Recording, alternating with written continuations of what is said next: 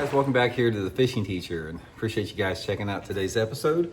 You guys, today I want to talk about the right way and the wrong way to rig a Texas rig, worm, or some type of a creature bait with either a EWG style hook or a straight shank hook.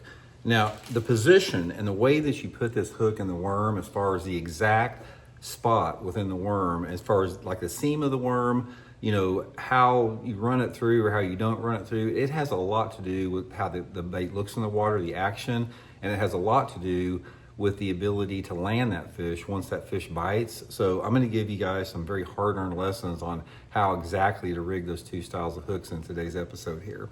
Also guys, I got 3 quick housekeeping tips to remind you guys of, if you don't mind, for get started at. Just a quick reminder that we do have my Blaukat Throwback jig up on my Tackle Warehouse link right now. I'll have this in the link in the description of this video. We got 7 different colors, 3 different sizes, hand-tied living rubber skirt, guys. You absolutely love it. Quick reminder, guys, that Solar Bat has got their April sale going, spring sale till the end of this month, 30% off my signature series RB2 and 3s. I got 3 different frame colors.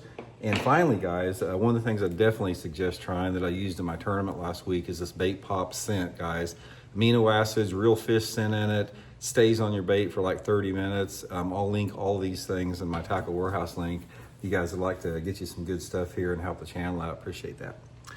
Okay, guys, we've touched upon this some in the past. I want to give everybody a refresher course on this because we're getting into Texas rig season. I think that when you start getting into May, that's when I start thinking Texas rig worms and creature bait. So I want to give you guys a little refresher course on there. So first of all, a lot of you guys that have seen the channel, you've heard me talk about this. This is the extra wide gap or offset worm hook that most anglers use.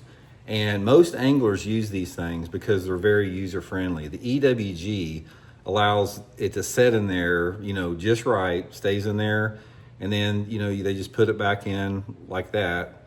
And that's the setup for it. Very easy, very user-friendly.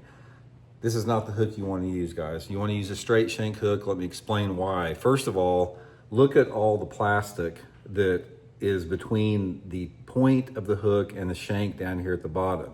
Now, all of this plastic right here is nothing but in the way.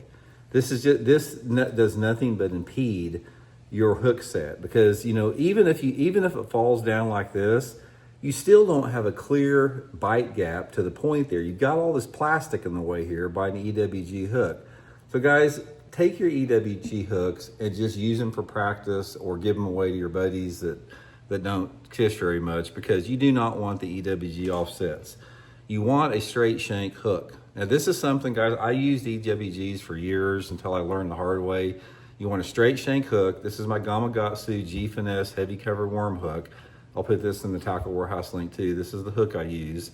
And I'm gonna show you guys how you do not wanna rig it right off the bat. And I'm gonna show you how to rig it. You don't wanna take this bait and come in like this to the middle of the worm, putting it back in there. You basically just made this bait completely weedless to the point where you're not even gonna hook a fish. Do you realize how much plastic that you have to penetrate to even get the point through there, let alone in the fish's mouth? So what you wanna do is, on your, like if you're fishing a ribbon tail, also guys, a little tip here, there's a seam that goes down either the concave or the convex side of it. Always go down the concave side here along that seam. It just gives the bait better action. You don't want to come in too far, come in like 1/8 of an inch. You want to make sure that your keeper is exposed there. That keeps it up on there.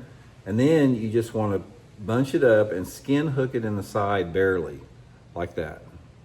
Okay, now this is completely weedless. The bait's perfectly straight, just as you can see, but you don't have anything impeding the hook. It's like when that bass bites it, it breaks free that thing, and you got the whole hook completely unimpeded to go into the fish's mouth there. So straight shank worm hook, just learn to hook it in the side. And it's a little bit of a learning curve as far as getting it where it gets straight. I've done it so much I can do it every time, but that's exactly how you want to use it, like there. Don't worry about it getting hung up. I flip and pitch the heaviest cover with that type of a thing. But anyway, guys, that is going to really increase your land ratio. I mean, I'm going to guess it has increased my land ratio probably 25% on my soft plastic. So hope it helps out, guys. Appreciate everything. We'll check in later.